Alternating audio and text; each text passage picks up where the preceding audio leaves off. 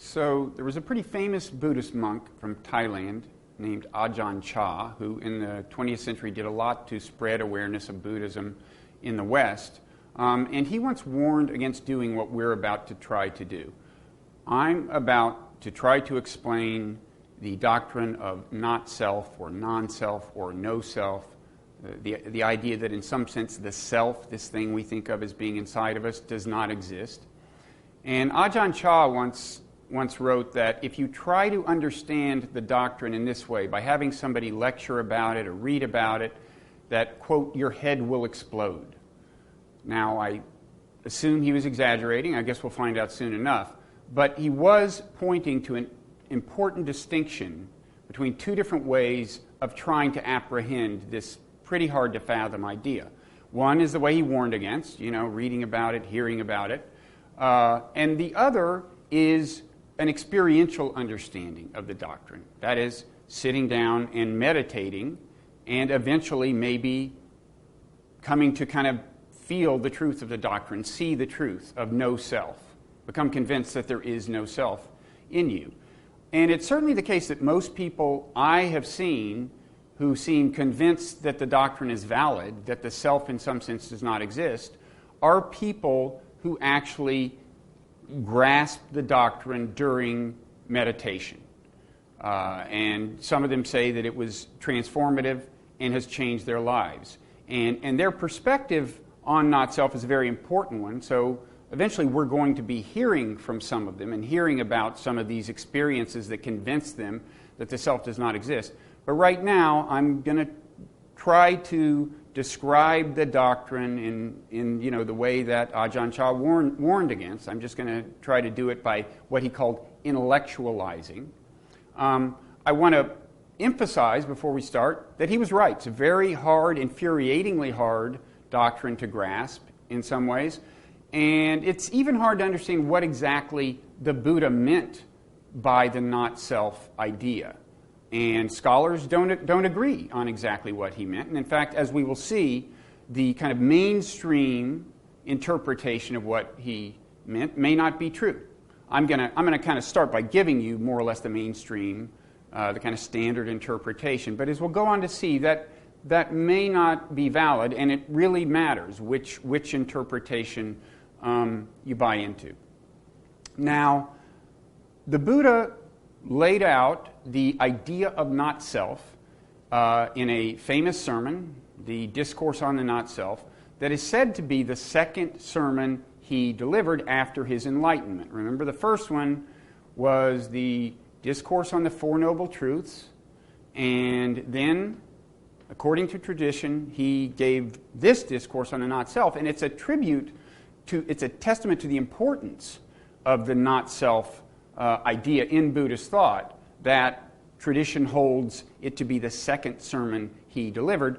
Another testament to the importance of the doctrine is that supposedly, in fact this is written in the account of the discourse, the monks in attendance were instantly enlightened once they heard this teaching about the not self. Okay, so what does the doctrine mean? Let's start to wrestle with that.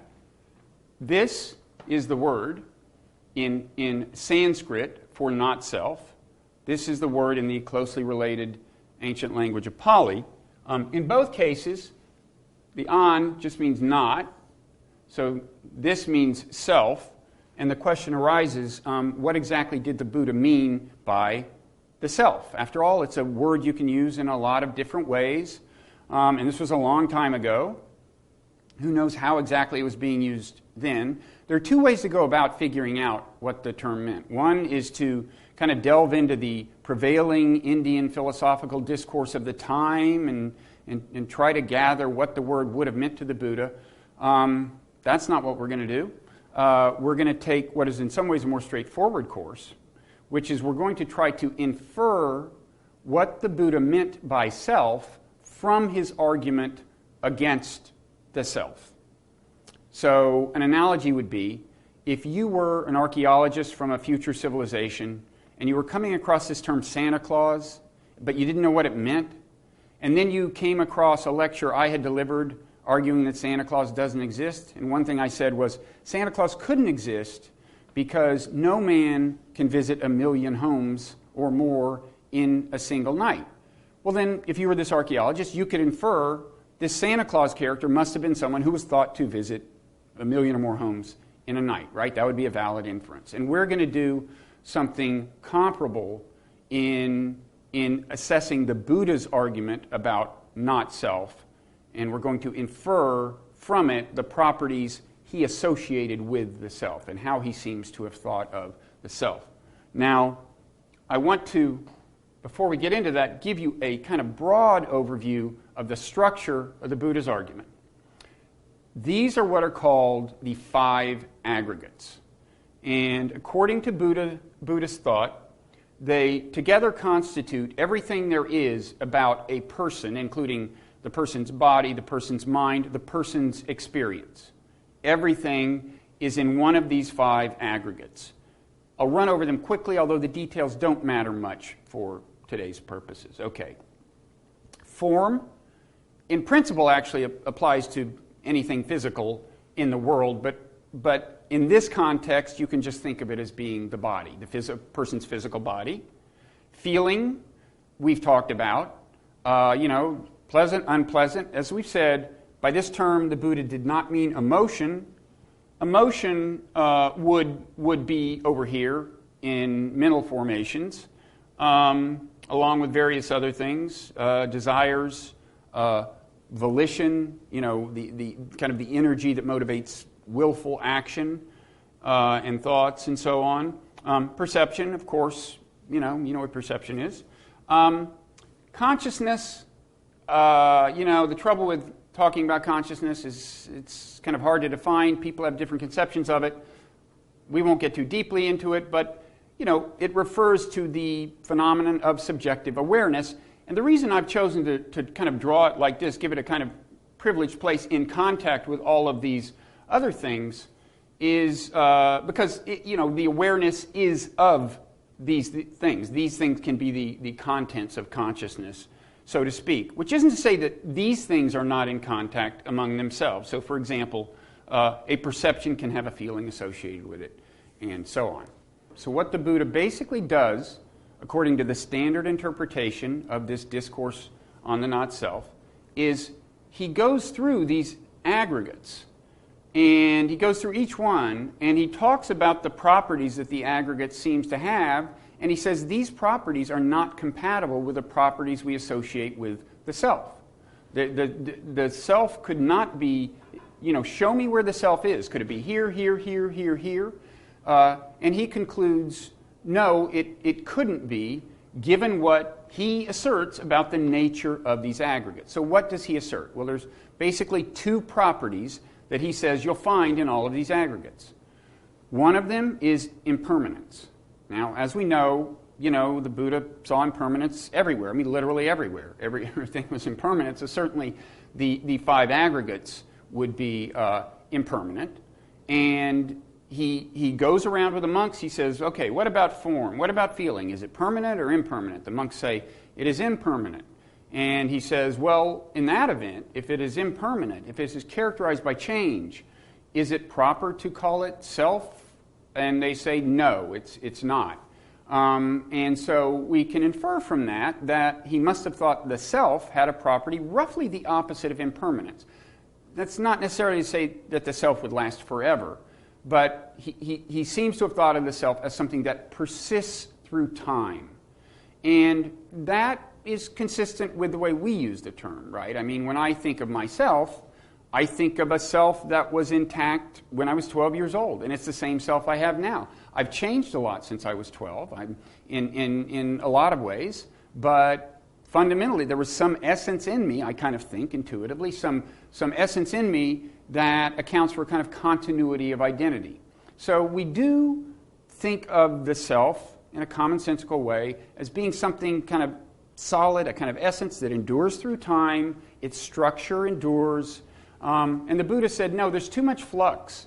Everything is changing all of the time in all of these aggregates. So it's hard to imagine a self being there. So One thing he's saying the self is kind of, it has this kind of substantial persistence. There's one other thing we can infer about his conception of the self from the argument he delivers here, and that is that the self is associated with control. And the way we know that is that the second basic argument he makes after the impermanence argument is, he goes around to the aggregates and he says, like feeling, for example, he says, if feeling were self, then feeling would not lead to affliction, and the deal would be that you could just say, may my feelings be like this, or may my feelings be like that. In other words, you could just control them. He says the same thing about the form, the body. If it were self, you'd be able to control it. It would be under control, okay? And by the way, you may not buy these arguments, but for now the main thing is just to lay them out. They are not intuitively clear to everyone. It's important, there's a distinction here that needs to be made, okay? When the Buddha talks about control, he's not saying apparently what we might guess that he would say about the self and control. You might guess he'd say the self is the CEO. It's the thing in control. It's the thing that asserts control. In this sermon, at least, he's saying the self should be under control. That seems to be part of his definition of a self. The self's house should be in order. Now, that may mean that there is also a controller within the self. For all we know, what he says in this sermon doesn't exclude that. And in fact, there's another sermon in which he kind of suggests as much, another discourse, and that's worth getting into just a little. I personally find it kind of amusing. It involves this character named Agavesana, who's kind of an annoying character. He denies the Buddha's teaching on the self. He says, no, feeling is self, perception is self, mental formations are self.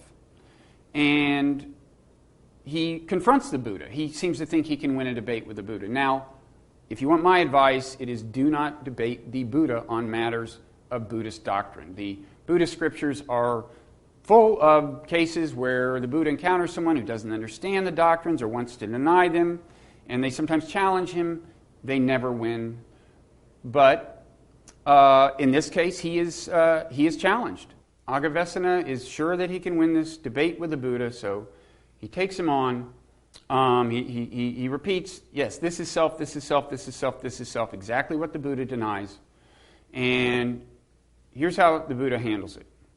He says, okay, tell me, Agavesana, a king, and even names some kings, does a king have the power within his domain to say who should be executed, who should be banished, and so on? And Agavesana says, yes, he has, and he should have that power.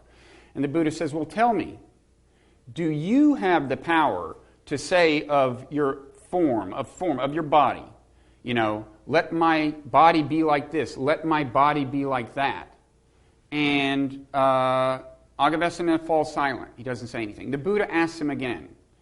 Agavesana still doesn't say anything. And at this point, the Buddha brings out a rule that I didn't realize existed. He says, you have to understand, there's this rule that if someone refuses to answer a legitimate question asked by the Buddha 3 times in a row, that person's head will be split into 7 pieces. And as if to drive this point home, a spirit appears above Agavesana's head, wielding an iron thunderbolt, and threatens to split his head open. So far as I know, this is the closest that anyone has ever come to actually having their head explode, as Ajahn Chah warned, while trying to apprehend the not-self concept. And it actually didn't happen in this case. He gives in. He says, you're right. I don't have control ultimately over my body, and so on, and so on, and so on, and so on. So in this case, the Buddha is invoking the kind of what we would call today the CEO metaphor, the closest thing to it, the king. He does seem to be kind of associating, in a certain sense, the self with the controller, and not just asserting that it should be itself under control. But in any event, what's clear is that the Buddha says, The self is about control. The self is about kind of persistence through time, a kind of solid, some sort of solid core that persists. And these things are lacking throughout the aggregates, and that's the end of the story. Now, a lot of people find this a little unsettling. I mean, we think of ourselves as having these selves, you know, and we think there is a CEO in here. It's me. It's myself. I am in charge. And we also think that, you know, I have endured through time. You know, it's the same CEO in some sense that it was when I was 12. Well, if this interpretation is true, and I've given you kind of the standard interpretation of the Buddha's foundational discourse on the not-self, then there's bad news. Then you know, if that is your conception of the self, and if you like it, that the self is there isn't the control within you that you would maybe imagine or hope for, and there is not the permanence of self that you might have imagined. Now, you may, in addition to not buying this or resisting it, you may wonder, well, why does this matter? Let's suppose it's true. This just doesn't seem like news I can use. What do I do with this idea that the self doesn't exist? Okay, well, that's what we're going to address in the next segment, and we are going to explore the alternative interpretation to the interpretation I've just given you, and as you'll see, that may be, in a way, a more user-friendly interpretation, maybe an interpretation that does you more good, that you can get more out of.